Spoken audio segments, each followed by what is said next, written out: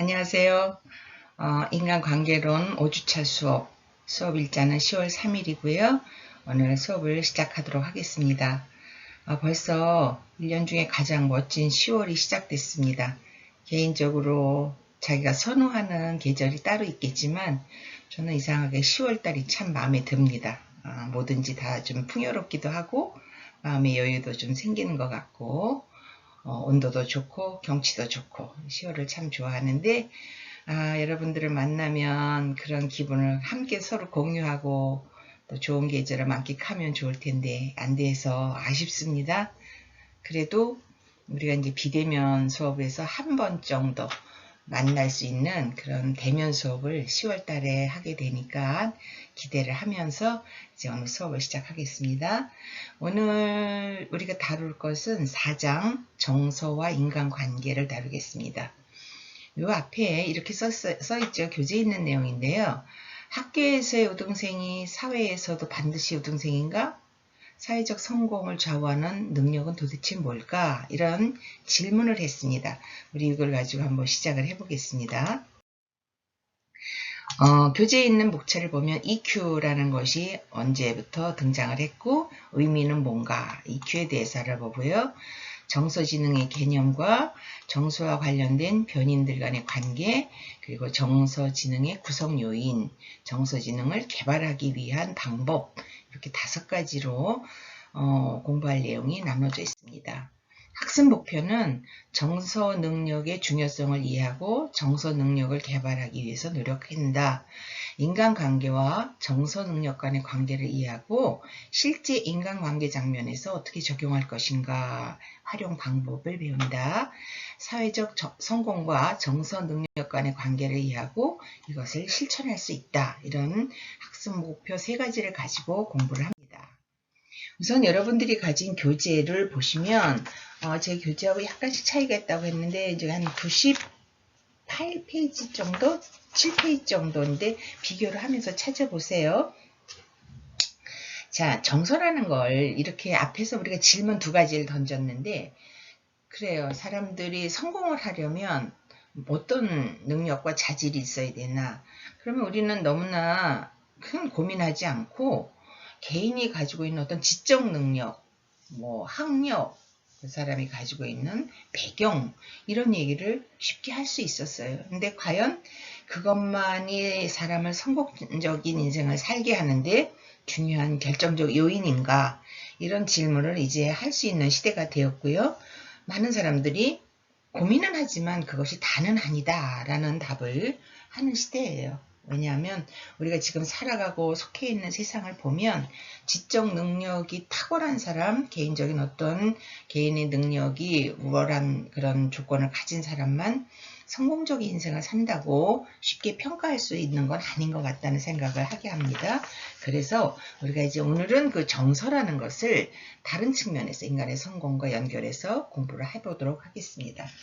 그 하버드 대학에 1940년대부터 졸업한 사람들을 이제 종적인 연구를 해봤어요. 그 사람들이 하버드 대학을 졸업하고 나서 과연 세계에서 최고로 좋은 대학이라는 하버드를 졸업했기 때문에 이 사람들이 성공적인 인생을 정말 행복하게 살아가는가라는 것을 95명을 대상으로 연구를 쫓아가면서 해봤단 말이죠. 근데 이때 학교에서 다른 친구들에 비해서 성적도 좋고 그런 어떤 우월한 조건을 가지고 졸업했던 학생들이 봉급이나 생산성, 해당 분야에서의 지위 면에서 특별히 성공한 건 아니다. 또 그것뿐만 아니라 삶에 대한 만족도도 그렇게 높지는 않았다. 친구 관계나 가족 관계 그리고 이성 관계에서도 정말 행복한 것만은 아니더라. 그러니까 쉽게 말하면 우리가 옛날에 많이 들었고 해왔던 행복은 성적순이 아니잖아요가 이 하버드 대학을 졸업한 1940년대에 졸업한 그 사람들에 의해서 어떻게 보면 이미 오래전에 증명이 된 거죠. 그러니까 사람들을 행복하고 만족하게 성공적으로 살아가는 데에는 성적만이 그것을 좌우하는 조건은 아니다라는 것을 이제 알아냈다는 거죠. 그래서 그 뒤에 사람들이 그럼 20세기 말경에 와서 도대체 사람의 삶의 과정에서 성적인 IQ, 대개 우리가 말하는 IQ라는 지능지수 외에 사람을 행복하게 하는 또 다른 요인이 뭐가 있는가를 연구하기 시작했어요.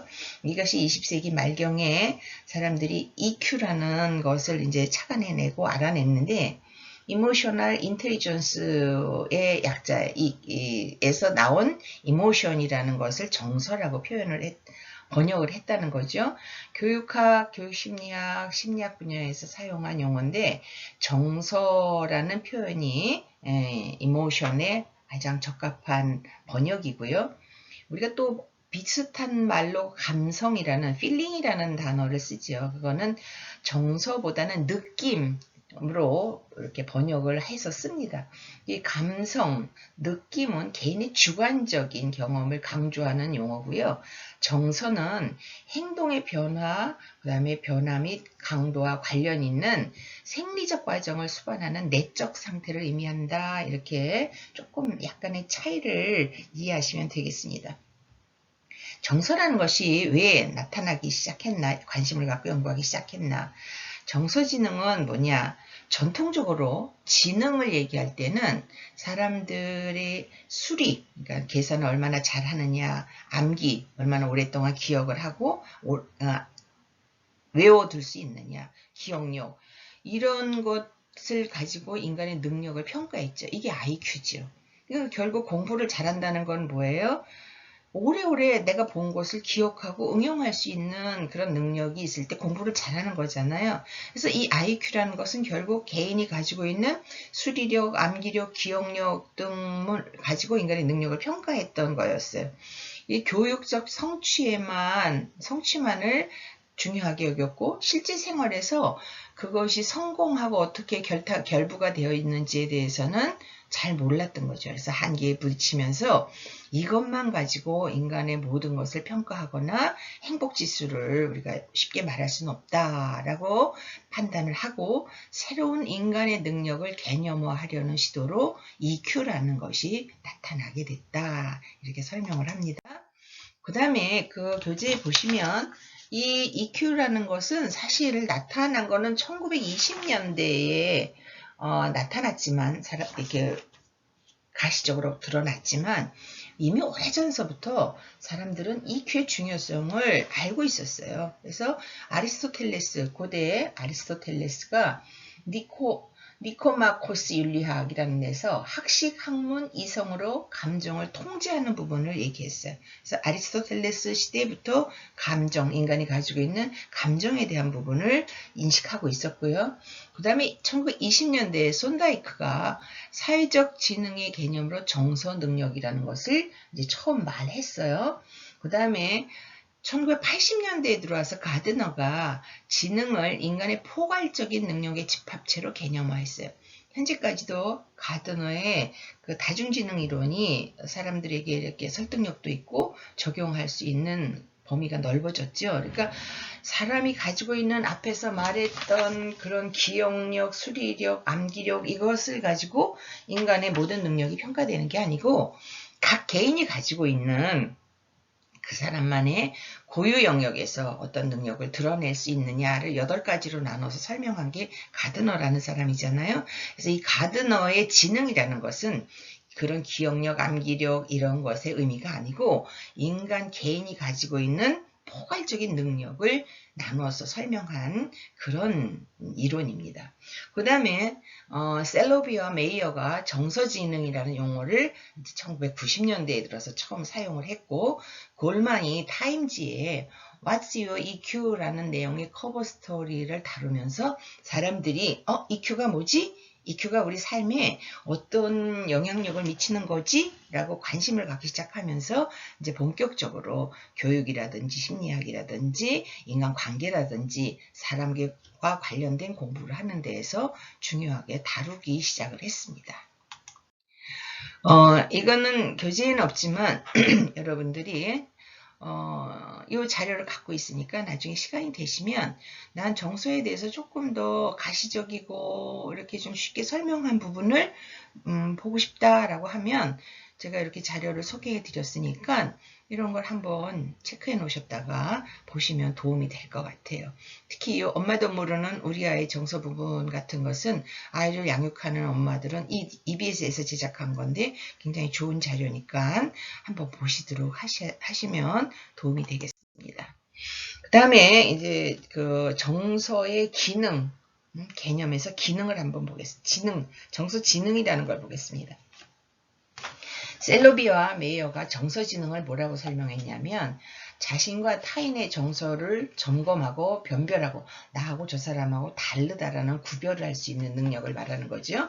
그리고 내 정서는 뭐가 특징인가 이것을 알아내는 거예요. 알아내서 자신의 행위와 사고를 유도하는데 그 정보를 이용하는 능력을 정서 지능이라고 셀로비와 메이어가 정의를 내렸습니다. 이 셀로비와 메이어의 정서지능을 어떻게 말했냐면 일종의 사회적 지능이라고 얘기했는데 사회적 지능은 무슨 소린가? 인간관계를 맺는 기술과 관련이 있는데 초기에는 사회적 지능이 사람을 이해하고 관리하는 능력이라고 규정을 했어요. 그런데 이 사회적 기술은 내부로도 향할 수 있기 때문에 자기 내면으로도 영향을 미칠 수 있기 때문에 사회적 지능에는 나를 이해하고 관리하는 능력도 포함된다. 그러니까 사회적 지능이라는 것은 내가 다른 사람과 관계를 맺고 그것을 잘 유지하는 기술뿐만 아니라 내 스스로를 이해하고 관리하는 능력도 사회적 지능에 포함된다라고 설명한 게 셀로비와 메이어라는 사람들이 정서지능에 대한 부분을 이렇게 확대해서 설명을 했고요.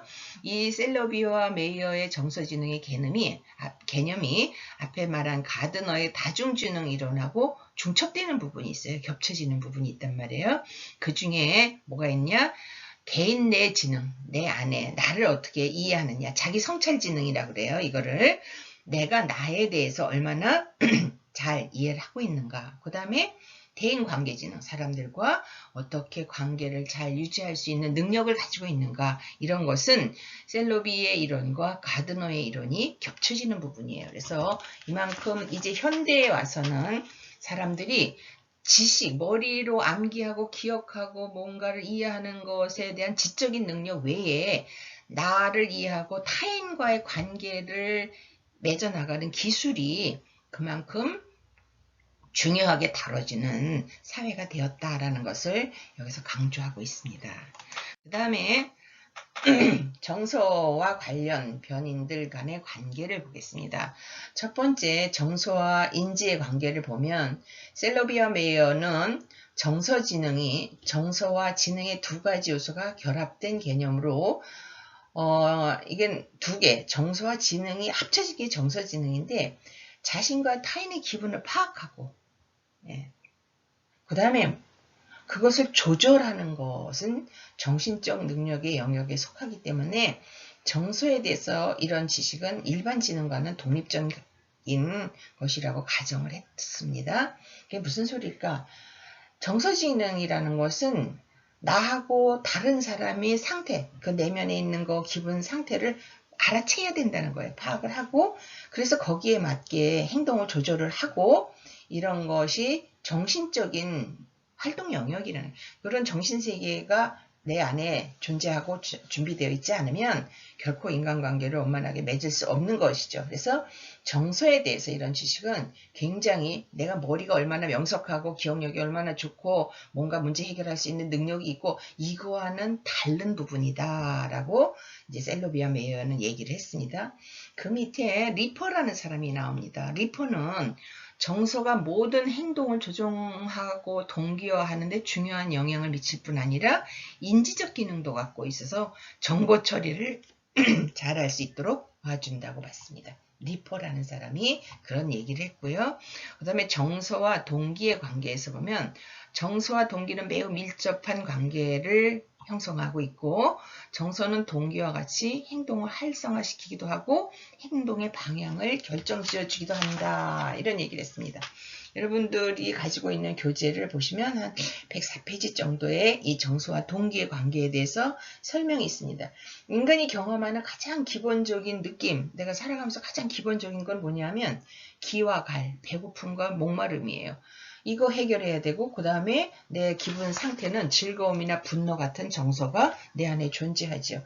이런 정서는 내가 그 다음에 어떤 행동을 하느냐를 결정지어 준다는 거예요. 배가 고프면 먹을 것을 찾아야 되고 아니면 배가 고프면 짜증이 나기도 하고 그래서 내가 내 안에 있는 그런 욕구를 충족시켜주는 어떤 행동이 따라오는 거죠. 그 다음에 내가 기분이 좋으면 어떤 누군가에게 굉장히 너그러워질 수도 있고 이런 행동의 변화가 나의 정서와 굉장히 밀접하게 연결이 되어 있다. 그래서 내가 어떻게 행동하느냐를 그 결정 지어주는 것이 결국은 정서더라.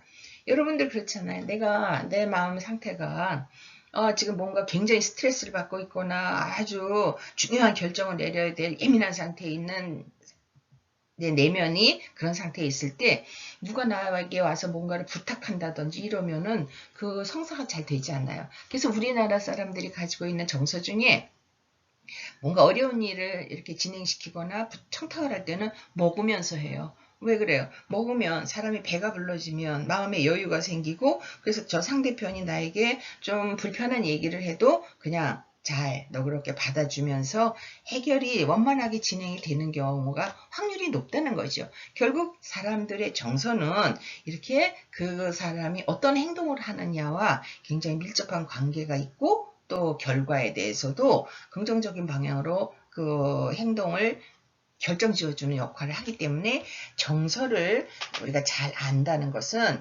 내가 외적으로 해결할 문제에 대해서도 그만큼 도움을 받는다라는 얘기를 이렇게 정서와 동기의 관계로 설명을 하고 있습니다.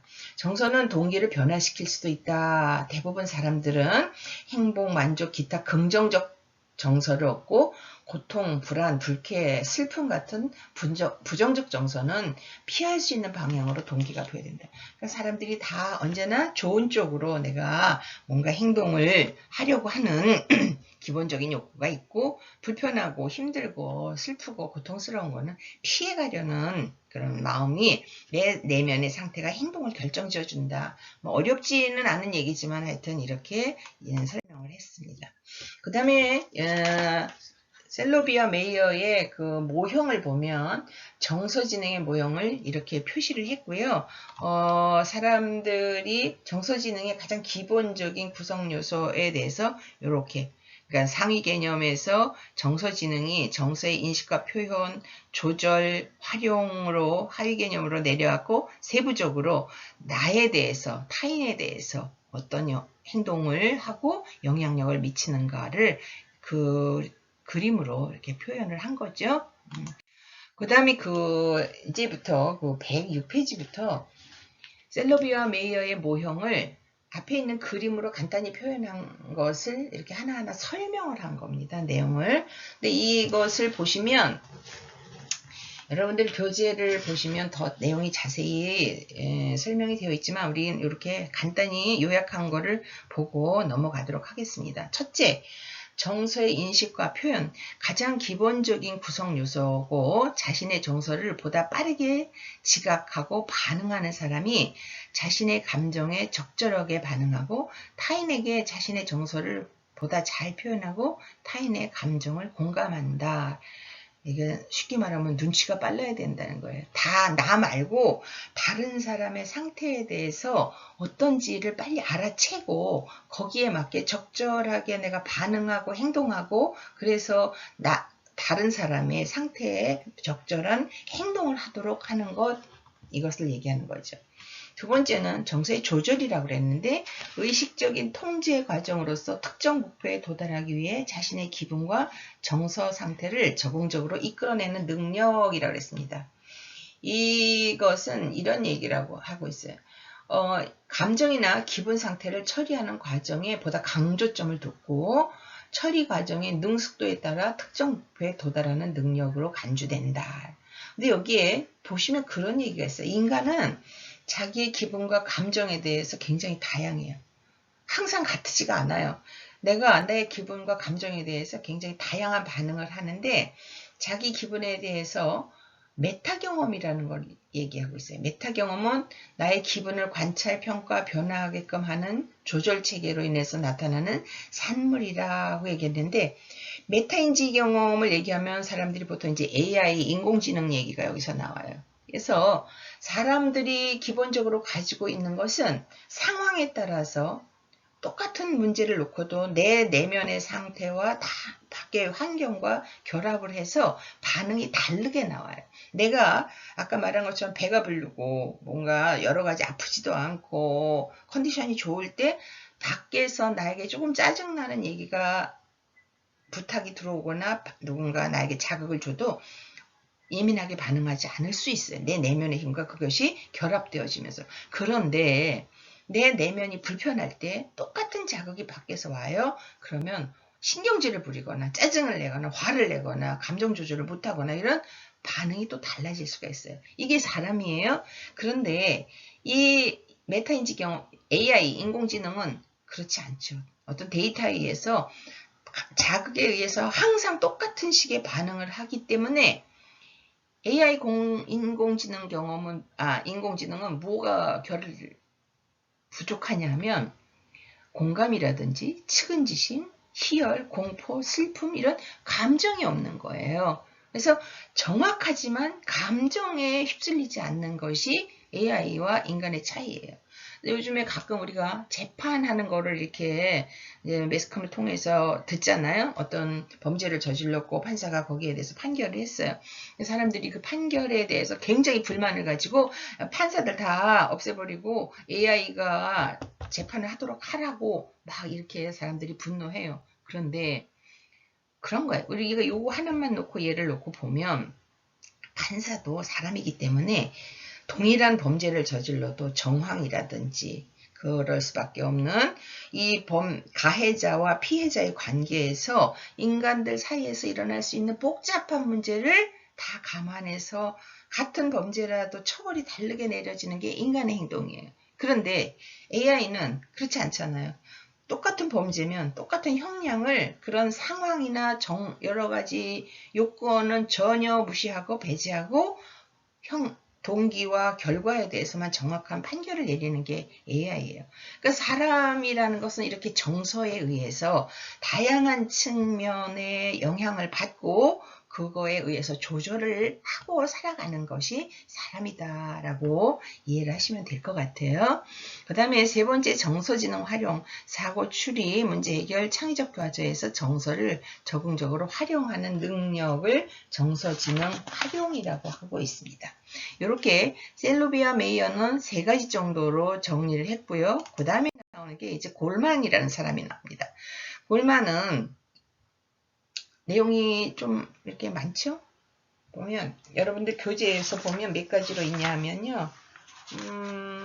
5가지로 나와요. 5가지. 첫째가 자신의 정서에 대한 이해. 골만은 정서지능이 뭐냐? 자신의 정서에 대해서 이해를 하는 건데요. 이런 거예요. 자기를 안다는 건 내 마음속에서 일어나는 기분과 이 기분에 따라서 생각하게 된다는 두 가지를 안다는 것이다. 지금 내 안에 내 상태가 어떠냐. 이거를 아는 것과 그래서 내가 이런 상태면 어떻게 행동을 할 것이다. 이런 것을 아는 것. 이게 자신에 대한 이해라는 거예요. 나 오늘 아침에 일어났는데 굉장히 기분이 좋다. 컨디션이 좋다. 이러면 그 다음에 오늘 하루가 굉장히 좋은 하루가 진행될 것이다 라는 예측을 하게 된다는 거죠. 이런 것은 이렇게 얘기해요. 내가 이렇게 생각해서는 안 돼. 뭔가 불편하면 안 돼. 라는 자기 조절을 할 수 있는 힘이 생길 수 있고 자기 관리가 가능해진다는 거죠. 이런 생각을 함으로 자기의 정서 상태를 살핀 후에 일어나는 판단적 반응이고 자신의 정서 상태를 알아차린 후에 적절한 상태를 바꿀 수 있는 능력. 이것이 정서지능이에요. 내가 오늘 뭔가 조금 컨디션이 좋지 않으니까 사람들을 만났을 때 여러 가지 측면에서 조심해야겠다라는 것을 미리 대비할 수 있는 것, 이런 것을 말하는 거죠. 그 다음에 거기에 보시면 이게 조금 중요하긴 한데 우리 PPT 내용에선 빠졌어요. 그러니까 여러분들이 좀 보완을 해서 보시면 될 것 같아요. 사람들이 자신의 정서 상태를 인식하고 이것에 따르는 데는 세 가지 방법이 있는데, 첫째는 자신에게 일어나고 있는 정서 상태를 알아차린 후에 잘 대처해 나가는 경우가 있고요. 둘째는 자신의 정서 상태에 압도돼. 나 오늘 기분 나빠. 그러면 거기에 짓눌려갖고 그냥 오늘 하루 종일 그 속에서 무기력하거나 굉장히 분노하거나 뭔가 공격적인 행동을 해나가요. 나 오늘 기분 나쁘니까 나한테 아무도 말 시키지 마. 뭐 이런 식으로 행동을 하는 거죠. 그러니까 자기의 정서 상태에 압도되는 경우가 있고, 세 번째는 자신의 정서 상태를 알고 이에 따라서 수용하는 형태예요. 근데 이건 두 가지예요. 하나는 그냥 아니까 바꿔나가려는 형태가 있고, 하나는 그냥 나쁘다는 건 알지만 될 대로 되라는 식으로 방치하는 유형도 있어요. 그러니까 골만이 말한 그 정서의 유형에서 자신의 정서 상태에 대해서 이렇게 세 가지 양식으로 또 있다라는 것이 교재에는 있으니까 참고해서 한번 보세요. 그 다음에 두 번째, 정서의 조절을 보시면 정서를 적절하게 조절해서 한쪽으로 치우치지 않고 조화를 이루면서 살아가는 능력을 조절이라고 그래요. 그러니까 여기 보시면 그런 거 있어요. 사람들이 제가 요즘에 이제 상담을 하면서 내담자를 만나면서 성인들에게서 쉽게 발견하는 것 중에 문제의 원인이 바로 이거 같아요. 조절 능력의 결여, 분노 조절, 감정 조절이 안 돼가지고 순간에 그것을 경계선을 넘어가면서 문제 행동으로 연결이 돼서 가정폭력, 아동폭력, 뭔가 공격적인 행동, 돌아서선 바로 후회할 그런 행동을 저지르고 나서 이제 상담을 하게 되는 사례들을 많이 만나요. 그러니까 결국 내가 정서로 나의 상태, 내 내면의 상태, 기분이라든지 지금 상태를 이해하고 이럴 때 나는 어떤 방법으로 해결하는지에 대해서 자기 이해를 잘 하고 있으면 이런 경계선을 넘어가서 문제 행동으로 연결이 되지 않겠죠.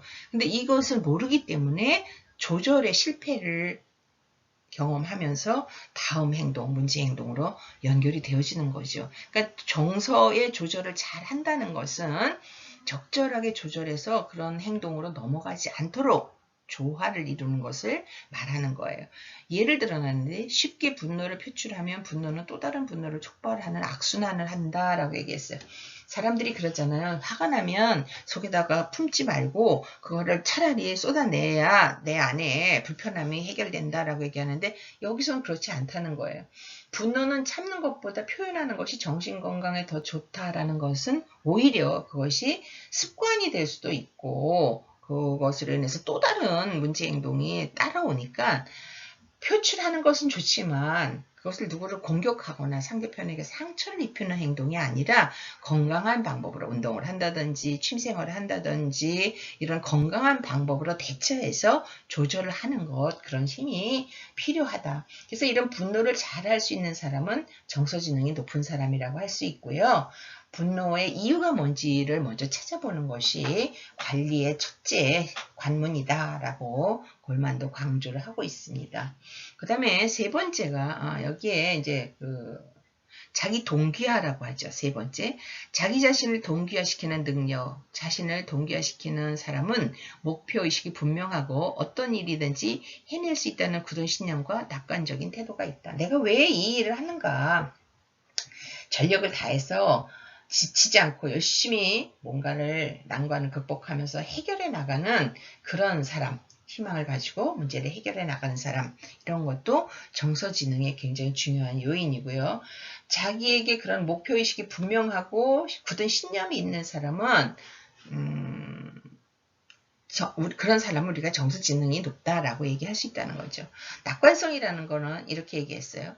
온갖 난관과 좌절에도 불구하고 미래의 삶은 좋아질 것이라고 굳게 믿는 신념을 낙관성이라고 하는데, 낙관성이란 개인이 자기의 성공과 실패를 어떻게 해석하는지에 따라서 달라진다 그랬어요. 사람마다 다 살면서 항상 모든 케이스에 성공만 하는 사람은 없잖아요. 우리가 계획하고 목표했던 것에 다다르지 못하거나 전혀 다른 결과를 얻을 수도 있잖아요. 그럴 때 그것을 실패라고 받아들이는 사람이 있고, 좌절하는 사람이 있나 하면 아니야 이것이 나에게 또 다른 어떤 계기가 되고 기회가 될 수 있어 라고 다른 측면으로 받아들이는 사람 이것은 삶의 방향이 달라지는 거죠. 그래서 이런 낙관적인 사람은 실패가 변화의 요인이다. 내가 앞으로 더 좋아질 수 있는 기회다라고 믿고 또 다른 도전을 한다는 거죠. 그래서 낙관적인 것은 굉장히 중요하고 좋은데 조심해야 될 게 하나 있다는 거예요. 너무 지나친 낙관주의는 화를 부를 수 있어요. 여기서 낙관주의란 현실주의적인 낙관주의를 의미한다. 너무 낙관 될 거야, 잘 될 거야, 아니야. 무조건 이렇게 생각하는 것만이 좋은 건 아니라는 거예요. 현실에 입각해서 정말 실현 가능한 그런 것을 목표로 낙관적인 생각을 해야지 너무 막연하고 무대책, 대책 없이 낙관적인 생각만 하는 것은 크게 바람직하지 않더라. 이런 얘기를 하고 있습니다. 그 다음에 공감이라는 얘기가 나오죠. 이게 상담에서도 굉장히 많이 들은 이야기고 공감이라는 이야기. 사람이 정서지능이 높다는 것은 결국 뭐예요? 타인의 감정을 읽을 줄 아는 능력. 저 사람이 어떤 마음일까? 무슨 생각을 할까? 지금 상태가 어떨까? 이런 것을 함께 느껴주는 능력을 공감이라고 하는 거예요. 그래서 저 사람의 감정 상태를 내가 알아채는 그런 힘을 공감이라고 하는데 타인이 느끼는 감정을 잘 인식한다는 것은 그 사람의 말투라든지 얼굴 표정, 몸짓 등의 변화를 통해서 타인의 감정을 잘 이해하는 것을 의미합니다. 그러니까 언어 외에 비언어적인 부분으로 그 사람의 여러 가지 내면의 다양한 그런 감정 상태를 알아채는 것을 말하죠. 이것은 미국의 심리학자 티치너가 1920년대에 공감이라는 말을 처음 사용했고요.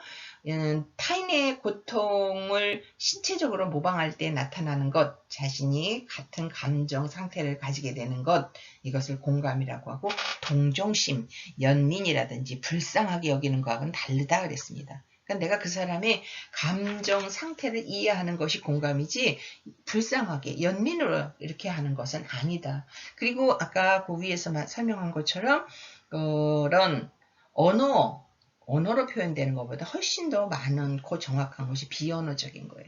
말로는 괜찮아, 나 지금 괜찮아, 잘 지내 라고 얘기하지만 입술이 떨리고 눈물이 핑 돌고 몸이 굳어지고 이런 그 사람의 어떤 신체적인 특징을 보면 우리는 말로 나온 괜찮아 잘 지내를 믿는 게 아니고 뭔가 힘든 일이 있구나 라고 짐작을 하는 거죠. 이런 것이 비언어적인 소통인데 이런 걸 통해서 상대편의 여러 가지 상황 감정 상태를 읽어내는 능력을 공감이라고 한다는 거죠.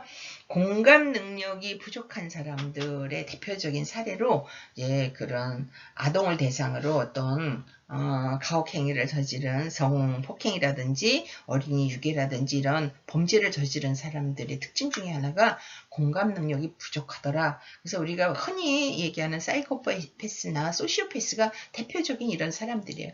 이 사람들의 가장 큰 특징이 내가 이런 행동을 함으로 인해서 저 사람이 얼마나 고통스러울까에 대해서는 전혀 인식을 못하는 거예요.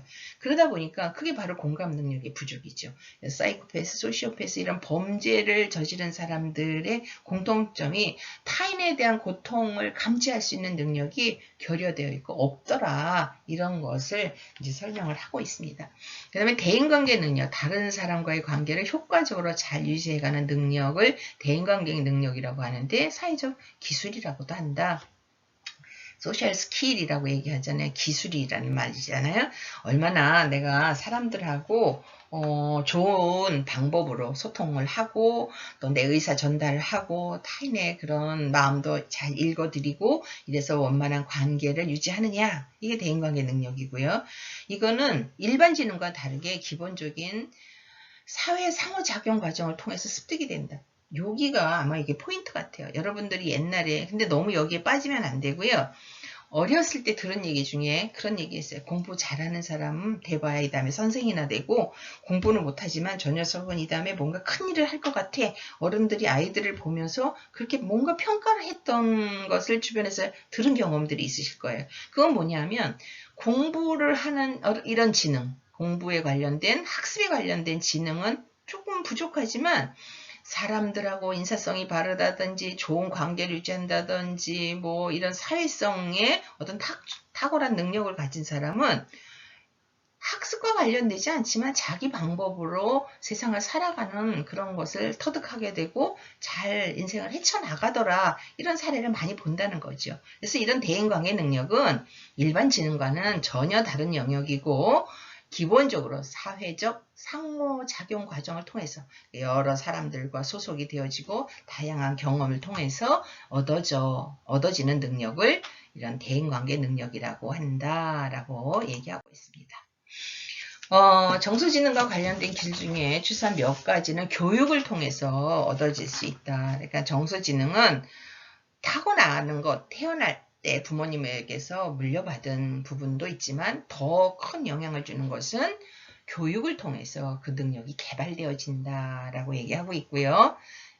여기 보시면 부모는 자녀가 정서를 식별하고 명명하고 존중하고 그 정서를 사회적 상황과 연결시키는 것을 도와줌으로써 부모 자녀 사이의 상호작용이 이루어지게 된다. 그러니까 어렸을 때부터 부모가 아이들과의 관계에서 아이들의 말을 존중해주고 잘 들어주고 긍정적인 반응을 해주고 그래서 대화를 잘 막힘없이 할 수 있는 경험을 풍부히 쌓고 그 다음에 그 경험이 사회로 연결되어지면서 친구와의 관계에서 선생님과의 관계에서 적용이 되면서 아이가 자신감을 갖고 이런 사회적인 기술을 확장해 나가는 것이다. 그러니까 제일 중요한 것은 자녀들이 성장해가는 초기 단계에서 부모가 아이들이 어떤 상태인지를 예민하게 알아채고 그거에 대해서 알려주고 존중해주는 이런 것이 시작이 되어야 된다는 게 첫 번째 얘기고요. 두 번째는 학교에서는 정규 교과목 속에 자연스럽게 정서 능력을 학습시키는 것이 효과적이다. 정서를 이렇게 개발하는 과목이 따로 있지는 않아요. 그렇지만 아이들이 학교에서 하는 국어, 미술, 음악, 사회 뭐 이런 것 전체 교육 과정 중에 정서를 함양시키고 사회적인 그런 관계를 잘 유지해 나갈 수 있는 기술을 다양한 측면에서 아이들이 학습을 받도록 하라는 거죠. 그러니까 하나 예를 들면 뭐 국어라든지 그다음에 사회라든지 이런 과목에서 국어 옛날 전래동화에서 서로 어떻게 어려운 상황에서 도움을 주고받는가 이런 것이 단원에 들어가 있으면서 아이들은 그것을 정서적으로 받아들이게 되고 어려운 환경에 처한 사람에게 어떤 도움을 줄 수 있는가 그거에 대해서 우리는 얼마나 만족하고 또 인간다운 삶을 살아가는 그런 가치 있는 행동인가에 대해서 교과목을 통해서 간접 경험으로 학습할 수 있는 거고요. 그 다음에 뭐 미술이라든지 음악에서 합해서 활동을 함으로 인해서 사회성도 개발하고 서로 돕는 것이 자연스럽게 교육이 되면서 이런 정서지능이 개발이 된다라고 학습에다 연결시켜서 이런 정서지능을 개발할 수 있다라고 말하고 있습니다.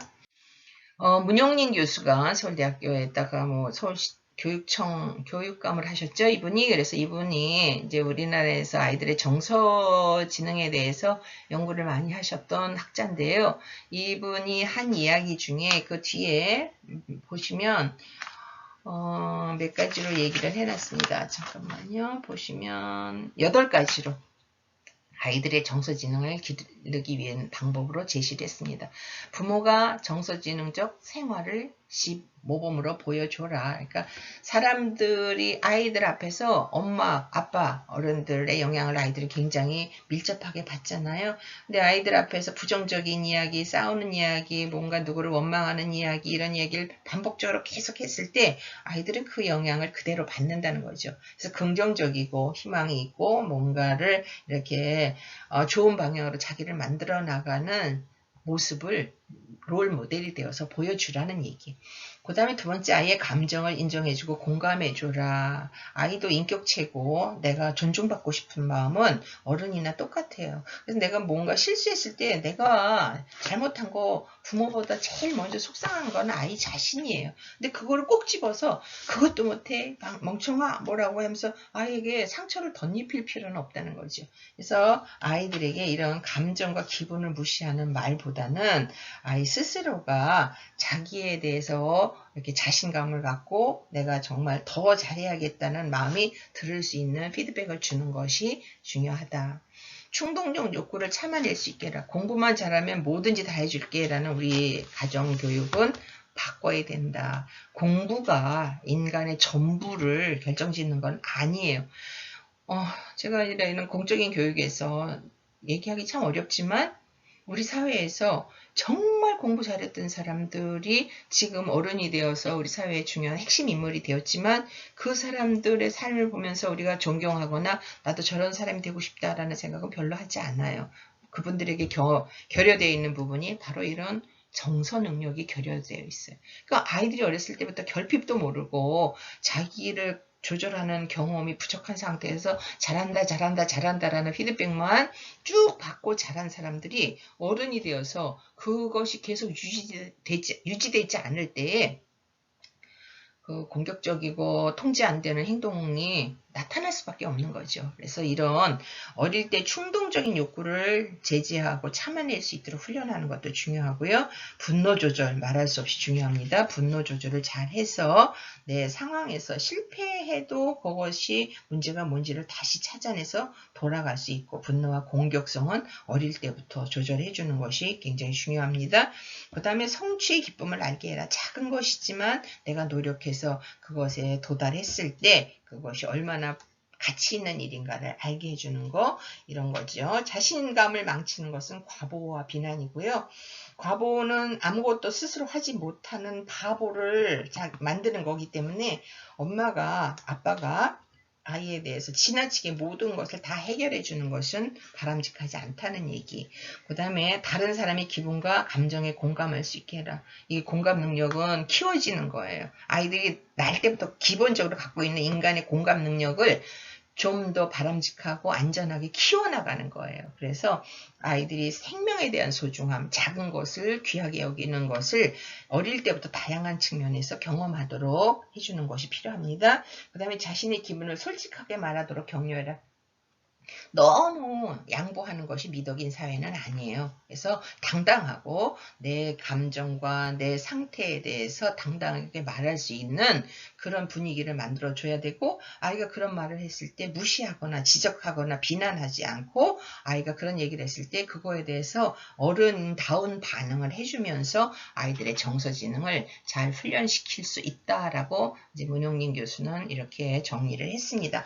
그 밑에 보시면 윤영월 씨가 말한 EQ 개발에 대한 몇 가지 제안도 있는데요. 이거는 그냥 넘어가도록 하겠습니다. 이 내용이 그건데 여러분들이 앞에 문영린 교수의 이야기하고 많이 중복되는 부분이 있기 때문에 그리고 굉장히 세부적인 얘기이기 때문에 그냥 넘어가고 여러분들이 교재를 통해서 한번 잘 읽어보시면 될 것 같습니다. 자, 오늘 수업은 여기까지 하고요. 여러분들 앞에서 말한 것처럼 벌써 멋진 10월이 시작됐습니다. 어려운 환경에서도 열심히 출석해 주시고 또 비대면 수업 확인서도 열심히 보내주셔서 제가 항상 감사한 마음으로 여러분들을 응원하고 있습니다.